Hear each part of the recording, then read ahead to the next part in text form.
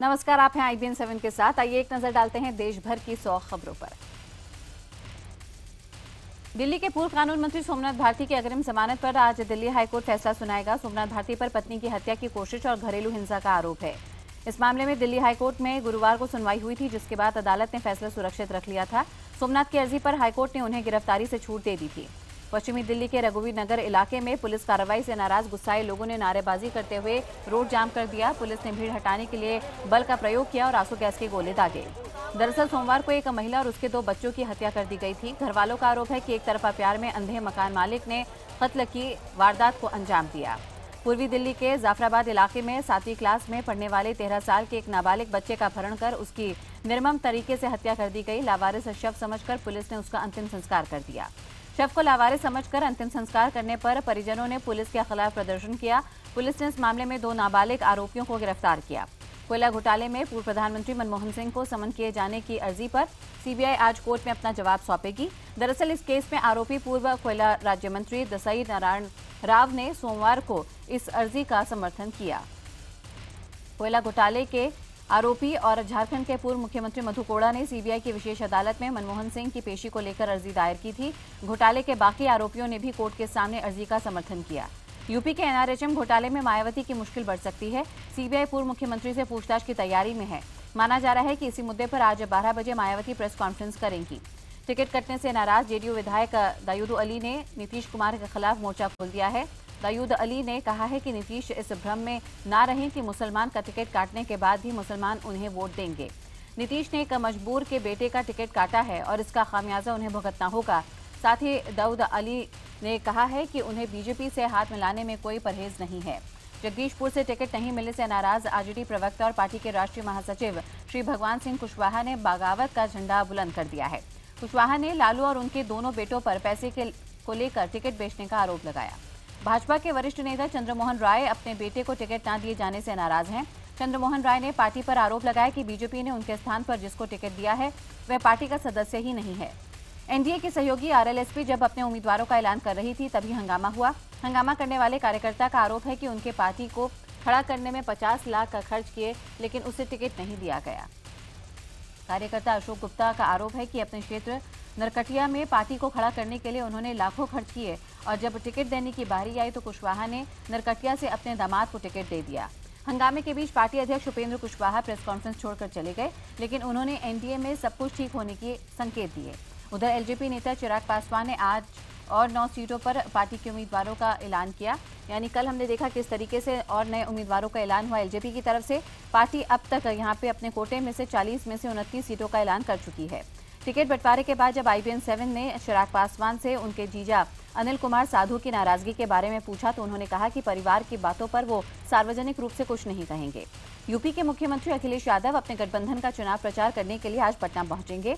अखिलेश के पटना पहुंचने से पहले एसपी ने बिहार के अखबारों में आज विज्ञापन दिया है।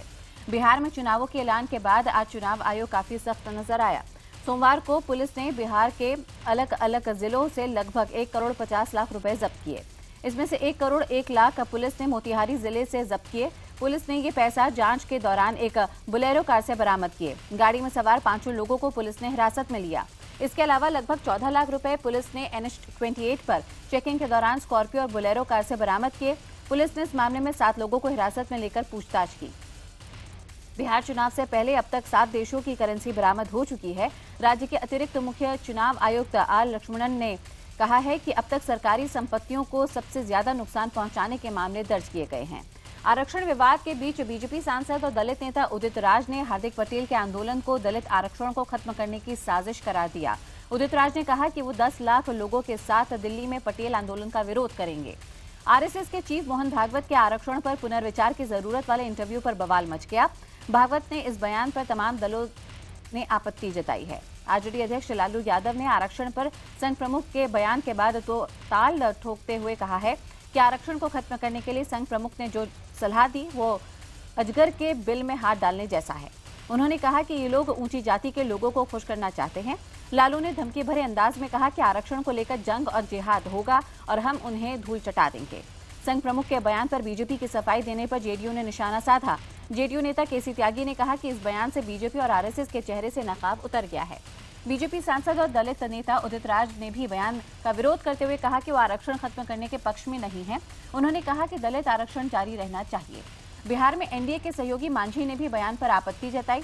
उन्होंने कहा कि संविधान में आर्थिक आधार पर आरक्षण नहीं दिया गया है। मोहन भागवत के आरक्षण पर दिए बयान पर कांग्रेस में अलग अलग राय दिख रही है। कांग्रेस नेता जितिन प्रसाद ने आरक्षण की नीति पर पार्टी के से साहसी निर्णय लेने की मांग की है। जितिन प्रसाद ने पार्टी के महासचिव मधुसूदन मिस्त्री को खत लिखकर कहा है कि आरक्षण का लाभ सबको मिले तभी यह नीति सफल होगी। उन्होंने ये भी लिखा कि कुछ सत्ताधारी एवं शक्तिशाली जातियों के चंगुल से आरक्षण को बचाना होगा। वहीं जितिन को एक और पूर्व मंत्री का साथ मिला है। कांग्रेस प्रवक्ता मनीष तिवारी ने भी 21वीं सदी में आरक्षण की नीति पर चर्चा की मांग की है। आपको बता दें कि संघ प्रमुख भागवत ने एक इंटरव्यू में कहा था कि संविधान के मुताबिक पिछड़ों को आरक्षण दिया जा रहा है, लेकिन अब गैर राजनीतिक दलों और गैर राजनीतिक लोगों की कमेटी को इस पर फिर से विचार करना होगा। संघ प्रमुख के बयान के बाद आखिरकार सरकार की तरफ से केंद्रीय मंत्री रविशंकर प्रसाद को सफाई देनी पड़ी और उन्होंने कहा कि सरकार संघ प्रमुख के बयान से इत्तेफाक नहीं रखती है। वहीं बीजेपी ने भी भागवत के बयान पर सफाई दी। पार्टी महासचिव राम माधव ने कहा कि संघ ने साफ कर दिया है कि भागवत जी ने देश में अभी लागू आरक्षण नीति पर कुछ नहीं बोला है। राहुल गांधी ने कल मथुरा में चिंतन शिविर में हिस्सा लिया और एक बार फिर से प्रधानमंत्री मोदी और आरएसएस पर जमकर निशाना साधा। चिंतन शिविर में जाने से पहले राहुल गांधी ने बांके बिहारी मंदिर में पूजा अर्चना की। राहुल गांधी ने चिंतन शिविर में कांग्रेस के नेताओं का हौसला बढ़ाया और कहा कि भले ही उनकी पार्टी सीटों के मामले में यूपी में नंबर 4 पर हो, लेकिन विचारधारा में नंबर 1 पर है। राहुल गांधी के बीजेपी पर हमले के बाद बीजेपी ने भी राहुल गांधी पर पलटवार किया। बीजेपी ने कहा कि राहुल गांधी के मुंह से किसानों की बातें अच्छी नहीं लगती, वो पहले अपनी पार्टी पर ध्यान दें। दिल्ली में डेंगू का कहर थमने का नाम नहीं ले रहा। डेंगू से मरने वालों की संख्या अब 23 हो चुकी है, जबकि इससे बीमार होने वालों का आंकड़ा बढ़कर लगभग 4000 पहुंच गया है। दिल्ली हाईकोर्ट ने डेंगू पर दिल्ली सरकार और एमसीडी से जवाब मांगा। डेंगू की रोकथाम के लिए क्या कदम उठाए जा रहे हैं, इसका ब्यौरा मांगा। हाईकोर्ट ने सरकार से यह भी पूछा कि डेंगू की रोकथाम के लिए कितने पैसे कहां खर्च किए गए हैं। अदालत ने यह भी आदेश डेंगू को लेकर दिया है कि नई याचिकाओं के दाखिल होने के बाद यहां पे ये तमाम मामले अब कोर्ट की निगरानी में है और इन पर गौर फरमाना जरूरी है। 23 लोगों की अब तक मौत हो चुकी है, इसका संज्ञान कोर्ट ने भी लिया। बीजेपी ने केजरीवाल सरकार के खिलाफ प्याज के मुद्दे पर मोर्चा खोल दिया है। बीजेपी नेता विवेक गर्ग ने एंटी करप्शन ब्यूरो से आरोपों की जांच की मांग की है। साथ ही उन्होंने उपराज्यपाल के पास भी इस मामले की शिकायत की है। उनका कहना है कि मुख्यमंत्री केजरीवाल इसकी जांच में सहयोग करें। इस बीच प्याज विवाद पर केजरीवाल सरकार ने सोमवार को दिल्ली के लगभग हर अखबार में एक मीडिया हाउस के खिलाफ विज्ञापन छपवाया। विज्ञापन में कहा गया कि प्याज को लेकर झूठ फैलाया जा रहा है। विज्ञापन में सफाई दी गई है कि दिल्ली सरकार और मुख्यमंत्री अरविंद केजरीवाल को बदनाम करने की साजिश की जा रही है। राजधानी दिल्ली में आम आदमी पार्टी को नया ऑफिस मिल सकता है। सूत्र कहते हैं कि दिल्ली सरकार जल्द ही कैबिनेट में प्रस्ताव लाने वाली है, जिससे सभी क्षेत्रीय दलों को दिल्ली में ऑफिस के लिए जगह मिलेगी। 3 दिन के जम्मू कश्मीर दौरे पर पहुंचे गृह मंत्री राजनाथ सिंह ने जम्मू के सांबा में आईटीबीपी के बटालियन मुख्यालय का उद्घाटन किया। इस मौके पर राजनाथ सिंह ने पाकिस्तान को कड़ी चेतावनी दी। राजनाथ ने कहा कि भारत पड़ोसियों से अच्छे रिश्ते चाहता है, लेकिन आत्मसम्मान की कीमत पर नहीं। गृह मंत्री ने चीन को भी सीमा पर घुसपैठ रोकने के लिए कहा। कल भारत और पाकिस्तान की सेना के ब्रिगेडियर स्तर की अफसरों की फ्लैग मीटिंग हुई। इसमें भारतीय सेना ने रिहायशी इलाकों में पाक गोलीबारी पर सख्त रुख अपनाया। यहां पे कड़े रुख के बाद पाकिस्तान ने सीमा पर शांति बहाली की बात मानी। यूपी के मथुरा में राधा अष्टमी के मौके पर स्वामी हरिदास संगीत महोत्सव का आयोजन किया गया। 150 सालों से मनाए जाने वाले इस महोत्सव में शास्त्रीय संगीत कलाकारों ने समा बांधा। यूपी के राज्यपाल ने भी संगीत का आनंद लिया। मुंबई में बप्पा की भक्ति की लहर में सब सराबोर नजर आए। हर खासो आम गणपति की भक्ति में डूबा नजर आ रहा है। अभिनेता विवेक ओबरॉय के घर में भी गणपति स्थापित किए गए और फिर विसर्जित किए गए। विवेक ओबरॉय ने अपने पिता सुरेश ओबरॉय और पूरे परिवार के साथ गणपति की आराधना की और भजन गाए, जिसके बाद विवेक ने पिता सुरेश ओबरॉय के साथ गणपति का विसर्जन किया। मशहूर अभिनेता जितेंद्र ने भी बप्पा को विसर्जित करने से पहले उनके सामने झुककर आशीर्वाद दिया। जितेंद्र के साथ उनके बेटे तुषार और बेटी एकता कपूर भी नजर आए। मुंबई में ऐसा पंडाल भी है जहां भक्तों को गणपति के आगे चढ़ावे के तौर पर पैसे या जेवर चढ़ाने की मनाही है। पंडाल प्रबंधकों ने बाकायदा पोस्टर लगाकर लोगों को बप्पा पर पैसे या फिर जेवर चढ़ाने से मना किया है। इनका कहना है कि गणपति खुद सबको आशीर्वाद देते हैं, उन्हें किसी पैसे की जरूरत नहीं। पोस्टर के जरिए गुजारिश की गई है, जो पैसा वो बप्पा पर चढ़ाना चाहते हैं वो पैसा किसी गरीब को दान में दे दें।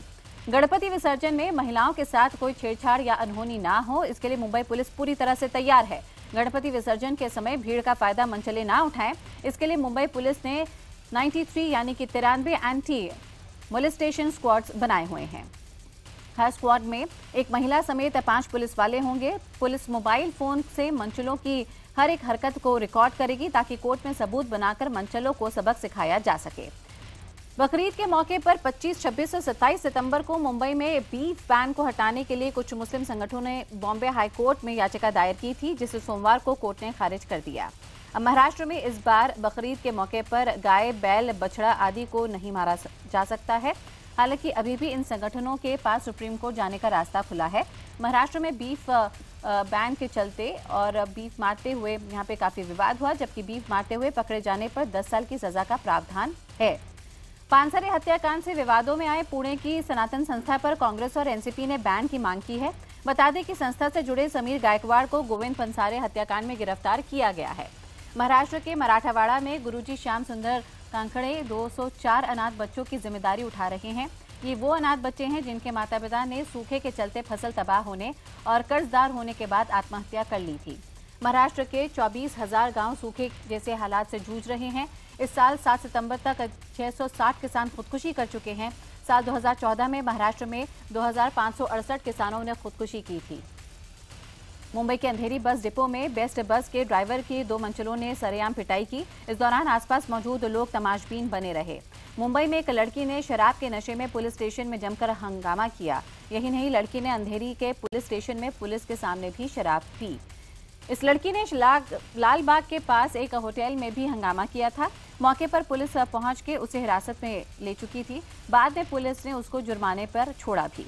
देहरादून में 35 साल की एक महिला ने शराब के नशे में जमकर हंगामा किया। नशे में धुत महिला ने लोगों के साथ गाली गलौज किया। महिला के साथ उसका बच्चा भी मौजूद था। नेटवर्क 18 के सहयोगी चैनल ईटीवी के प्रमुख जगदीश चंद्रा ने वित्त राज्य मंत्री जयंत सिन्हा से खास बातचीत की। इस मौके पर जयंत सिन्हा ने कहा कि भारत में सबसे बड़ी अर्थव्यवस्था बनने की क्षमता है और हम अर्थव्यवस्था को रफ्तार दे रहे हैं। हिमाचल प्रदेश में बिलासपुर के निकट निर्माणाधीन सुरंग के धंस जाने से उसके भीतर फंसे 2 मजदूरों को 9 दिनों की मशक्कत के बाद आखिरकार कल निकाल लिया गया। वहीं तीसरे मजदूर की तलाश का काम जारी है। दोनों मजदूर को 211 घंटे की कड़ी मेहनत के बाद एनडीआरएफ की टीम ने निकाला। दोनों मजदूरों का नाम मणिराम और सतीश तोमर है। व्हाट्सएप मैसेज, एसएमएस और ईमेल करने वालों को थोड़ा सावधान होना होगा। नई नीति के मुताबिक देश के हर नागरिक को अपने सभी तरह के मैसेज 90 दिनों तक संभाल कर रखने होंगे। इस नीति के मुताबिक सुरक्षा के मद्देनजर कोई भी ऑफिशियल या निजी जानकारी मांगी जाती है। अगर कोई जानकारी नहीं दे पाएगा तो उसके खिलाफ कार्रवाई की जाएगी। हालांकि सरकार ने इस मसले पर सफाई देते हुए ये कहा है कि आम आदमी इससे ज्यादा प्रभावित नहीं होगा। सरकार का कहना है कि कमर्शियल इस्तेमाल में ये नियम लागू होगा। अमेरिकी वाणिज्य मंत्रालय ने कहा है कि भारत में बिजनेस करना अब भी बेहद मुश्किल है। वाणिज्य मंत्री ने बोला है कि पीएम मोदी अच्छा काम कर रहे हैं, लेकिन भारत को अभी लंबी दूरी तय करनी है। अमेरिकी उद्योग जगत का कहना है कि भारत में बिजनेस करना अभी भी बेहद मुश्किल है और लाल फीताशाही में कुछ खास बदलाव नहीं आया है। वाशिंगटन में चल रही 2 दिवसीय बैठक में विदेश मंत्री सुषमा स्वराज भी हिस्सा ले रही हैं। आसाराम और नारायण साईं के खिलाफ गवाही देने वालों पर लगातार हो रहे जानलेवा हमलों की साजिश को अहमदाबाद क्राइम ब्रांच ने सुलझाने का दावा किया। क्राइम ब्रांच ने इस मामले में पति पत्नी को गिरफ्तार किया है। पुलिस का दावा है कि इस दंपति ने आसाराम के सूरत के जहांगीरपुरा आश्रम में साजिश रची और कुल 15 साधकों ने इस केस के गवाहों को बारी बारी से सबक सिखाने की तैयारी की। आसाराम और नारायण साईं केस से जुड़े 3 गवाहों की अब तक हत्या हो चुकी है। साथ ही कई गवाहों पर जानलेवा हमले भी हो चुके हैं। फिलहाल आसाराम और उनके बेटे नारायण साईं जेल में बंद हैं। गुड़गांव ट्रैफिक पुलिस ने सड़कों से जाम कम करने के लिए एक नई पहल की है। वर्ल्ड कार फ्री डे के मौके पर आज सुबह 7 बजे से शाम 7 बजे तक सड़कों को कार फ्री रखा जाएगा। गुड़गांव के 4 स्ट्रेच को कार फ्री बनाया गया है, जिसमें साइबर सिटी, इलेक्ट्रॉनिक सिटी, उद्योग विहार, हुडा सिटी सेंटर से सुभाष चौक और सिकंदरपुर से जनपैक्ट चौक तक का इलाका शामिल है। लोगों की सुविधा के लिए लेजर वैली ग्राउंड को पार्किंग लॉट बनाया गया है, जहां गाड़ी पार्क कर साइकिल का या फिर शटल बस से भी अपनी मंजिल तक आप पहुंच सकते हैं। भारतीय क्रिकेट को बुलंदियों तक पहुंचाने वाले जगमोहन डालमिया को कल राजकीय सम्मान के साथ अंतिम विदाई दी गई। जग्गू दादा को आखिरी विदाई देने के लिए क्रिकेट से लेकर राजनीति जगत की तमाम हस्तियां कोलकाता के ईडन गार्डन में मौजूद रहीं। गुजरात के कारोबारी जफर सुरेशवाला को मौलाना आजाद उर्दू यूनिवर्सिटी का चांसलर बनाया गया है। पीएम मोदी के करीबी माने जाने वाले जफर सुरेशवाला के अलावा अमिताभ बच्चन, गुलजार और अजीम प्रेमजी का नाम भी विचार पर था। समाजसेवी स्वामी अग्निवेश के नेतृत्व में 40 मजदूरों ने हरियाणा सरकार के खिलाफ प्रदर्शन किया। इन्होंने आरोप लगाया है कि रोहतक में एक कंस्ट्रक्शन कंपनी ने 3 महीने तक इन मजदूरों को बंधुआ मजदूर बनाकर रखा। दिल्ली पुलिस ने करीब 35 प्रदर्शनकारियों को इंडिया गेट के पास बड़ौदा हाउस से गिरफ्तार किया, लेकिन 2 घंटे बाद इन्हें छोड़ भी दिया। कुशीनगर में एक छात्र की बस से टक्कर में मौत हो गई। लोगों का गुस्सा भड़क गया। गुस्साए लोगों ने बसों को आग के हवाले किया। सोमवार सुबह अजमेर शरीफ दरगाह में बम होने की खबर अफवाह निकली। पुलिस ने तलाशी लेने के बाद दरगाह लोगों के लिए खोल दी। राजाजी टाइगर रिजर्व स्थित चीला में उस समय हड़कंप मच गया जब हाथियों का एक झुंड पार्क के क्षेत्र से निकलकर अचानक सड़कों पर नजर आया। वहां मौजूद तमाम लोगों ने किसी तरह से भागकर अपनी जान बचाई। कटनी में एक शख्स को सड़क के नीचे जिंदा दफन किए जाने के मामले में पुलिस ने 2 आरोपियों को गिरफ्तार किया। दोनों पर आईपीसी की धारा 304A गैर इरादतन हत्या का मामला दर्ज किया गया है। यूपी के वाराणसी में गंगा में मूर्ति विसर्जन को लेकर गणेश पूजा समिति और पुलिस के बीच झड़प हो गई। दरअसल डीएम ने आदेश दिया है कि मूर्तियां गंगा में ना बहाई जाएं। यूपी के रामपुर में गैस रिफिलिंग के दौरान सिलेंडर फटने से वहां मौजूद कार और ट्रक में आग लग गई। आग खतरनाक थी कि सिलेंडर बहुत दूर जाकर घरों में गिरा। हादसे में कई लोग घायल हुए हैं। यूपी के सीतापुर में दबंगों ने एक सरकारी डॉक्टर को इमरजेंसी वार्ड से खींचकर बाहर निकाला और उसकी जमकर पिटाई की। पुलिस ने पीड़ित डॉक्टर की शिकायत पर केस दर्ज कर जांच शुरू कर दी। पंजाब के गुरदासपुर में आर्मी सीएसडी कैंटीन में तैनात एक जवान ने खुद को गोली मारकर उड़ा लिया। उत्तराखंड के रहने वाले नाइक सुंदर सिंह ने अपनी सर्विस राइफल से आत्महत्या की। पंजाब के मुक्तसर में टीचर ने 7वीं क्लास के छात्र को इतनी बुरी तरह पीटा कि उसे अस्पताल में भर्ती करना पड़ा। बताया जा रहा है कि छात्र टीचर को बिना बताए बिना पानी पीने चला गया था। मध्य प्रदेश के मंडला में मनरेगा में बड़ा घालमेल सामने आया। मांझीपुर ग्राम पंचायत में मनरेगा के तहत 20 ऐसे मजदूरों को भुगतान किया गया जिनकी मौत सालों पहले हो चुकी है। झारखंड के धनबाद में पुलिस ने ठगी करने वाले 2 लोगों को गिरफ्तार किया। आरोप है कि दोनों खुद को बैंक अधिकारी बताकर लोगों से एटीएम कोड और गोपनीय जानकारी लेते थे और फिर अकाउंट से पैसा उड़ा ले जाते थे। बीसीसीआई अध्यक्ष जगमोहन डालमिया के निधन के शोक में बेंगलुरु में सोमवार से टीम इंडिया का शुरू होने वाला कैंप अब आज से शुरू होगा। दक्षिण अफ्रीका के खिलाफ घरेलू सीरीज से पहले वनडे और टेस्ट टीम के सभी खिलाड़ी बेंगलुरु में कैंप के लिए जुटे हैं। टीम इंडिया के सभी खिलाड़ियों ने डालमिया के निधन पर गहरा शोक जाहिर किया। आईपीएल सीजन 2 की शुरुआत से पहले ही दिल्ली की टीम के खिलाड़ी और मैनेजमेंट ने आगरा में ताजमहल के सामने अपनी नई जर्सी का अनावरण किया। इस मौके पर चीफ गेस्ट के रूप में यूपी के मुख्यमंत्री अखिलेश यादव भी मौजूद थे। दिल्ली दूसरे सीजन की शुरुआत 4 अक्टूबर को गोवा के खिलाफ मुकाबले से करने जा रही है।